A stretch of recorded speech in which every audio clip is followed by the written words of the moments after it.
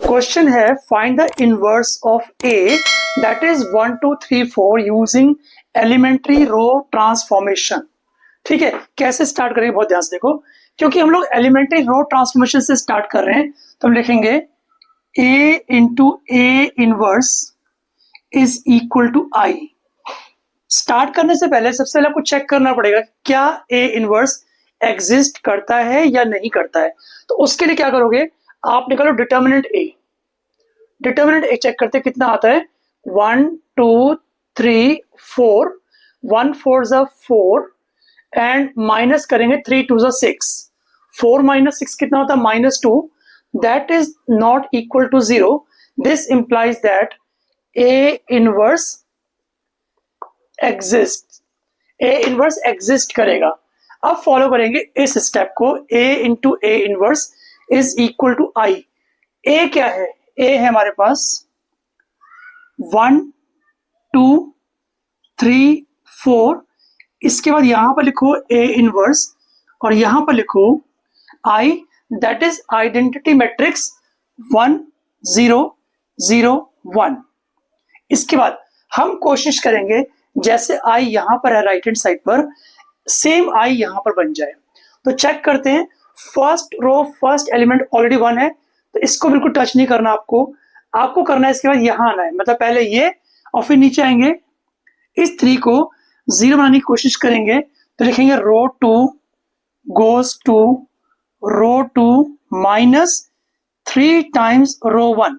अगर रो 2 में से हम रो 1 को 3 से मल्टीप्लाई करके माइनस कर दें तो देखते हैं हमारे पास क्या आता है, 1 2 3 माइनस 3 0, और यहां पर देखो 4 माइनस 3 टाइम्स 2 यानी 4 माइनस 6 कितना होता है, -2 होता है। तो यहां लिखो -2, क्लोज करेंगे, फिर लिखो ए इनवर्स, फिर लिखो सेम, यहां पर हमने रो 2 छेड़ा है ना तो रो 2 ही कन्वर्ट करना पड़ेगा।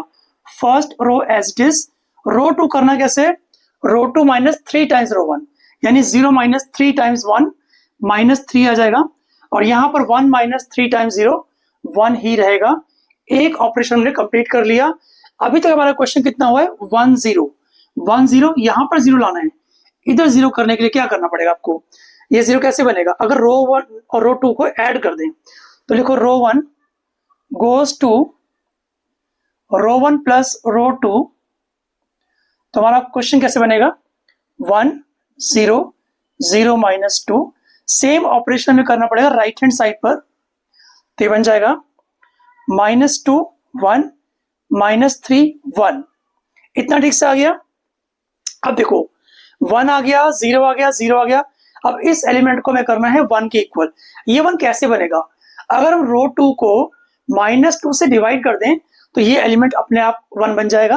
तो देखो यहां पर row 2 goes to row 2 divided by -2, ऐसे कर देते हैं। ठीक है, तो ये बन जाएगा हमारा 1 0, रो 2 क्या करना है, -½ से मल्टीप्लाई करना है, तो 0 हो गया और ये 1 हो गया। सेम ऑपरेशन में करना है राइट हैंड साइड पर, तो first row as it is, second row में क्या करना है, -½ से मल्टीप्लाई करना है, तो ये आ जाएगा 3/2, और ऐसे ही इस 1 को -½ से मल्टीप्लाई करेंगे तो ये आ गया -½ हमारे पास आया क्या, what is this, this is I, identity matrix. तो लिखेंगे I into A inverse is equal to -2 1 3/2 -1/2। आप लोगों ने सीखा होगा अगर मैं आई को किसी मैट्रिक्स से इंटू कर दूं तो हमारे पास क्या आता है, वो मैट्रिक्स ही आता है। तो इसको फॉलो करते हुए अगर आई को ए इनवर्स से मल्टीप्लाई करें तो आपके पास ए इनवर्स ही आएगा। तो लिखेंगे hence A inverse is equal to -2 1 3/2 and -1/2। इतना ठीक से आ गया, हमारा आंसर आ चुका है। बट चेक करना है कि क्या ये आंसर करेक्ट है या फिर रॉन्ग है, वो कैसे चेक करेंगे, ध्यान से देखना।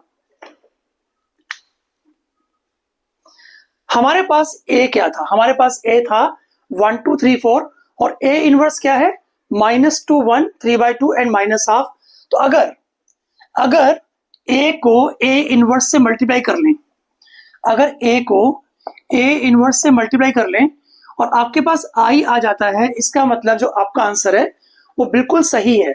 तो देखो ए क्या आपके पास, ए है 1 2 3 4 और ए इनवर्स ने क्या निकाला, ये निकाला -2 1 3/2 एंड -1/2।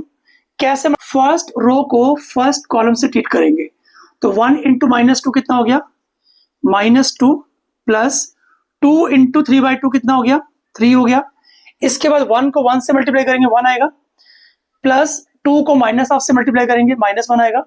ऐसे ही 3 को 2 से मल्टीप्लाई करेंगे तो आएगा -6 और 4 को 3/2 से मल्टीप्लाई करेंगे तो आएगा +6। आगे चलते हैं, 3 को 1 से मल्टीप्लाई करने पर 3 आएगा और ऐसे ही 4 को -1/2 से मल्टीप्लाई करने पर हमारे पास आएगा -2। रिजल्ट क्या मिला आपको, रिजल्ट मिला 3 - 2 1 1 - 1 0 6 - 6 0 3 - 2 1। हमने क्या किया, ए को ए इनवर्स से मल्टीप्लाई किया और हमारा आई आ गया, इसका मतलब वेरीफाई भी हो चुका है। तो क्या मालूम पड़ा, जो ए इनवर्स है वो क्या है, -2 1 3/2 और -1/2 and that's the right answer. इस क्वेश्चन के अंदर आपको किसी भी स्टेप में डाउट हो तो कमेंट सेक्शन में कमेंट करके पूछ सकते हैं, मैं आपको जरूर बताऊंगा। Thanks for watching, bye bye.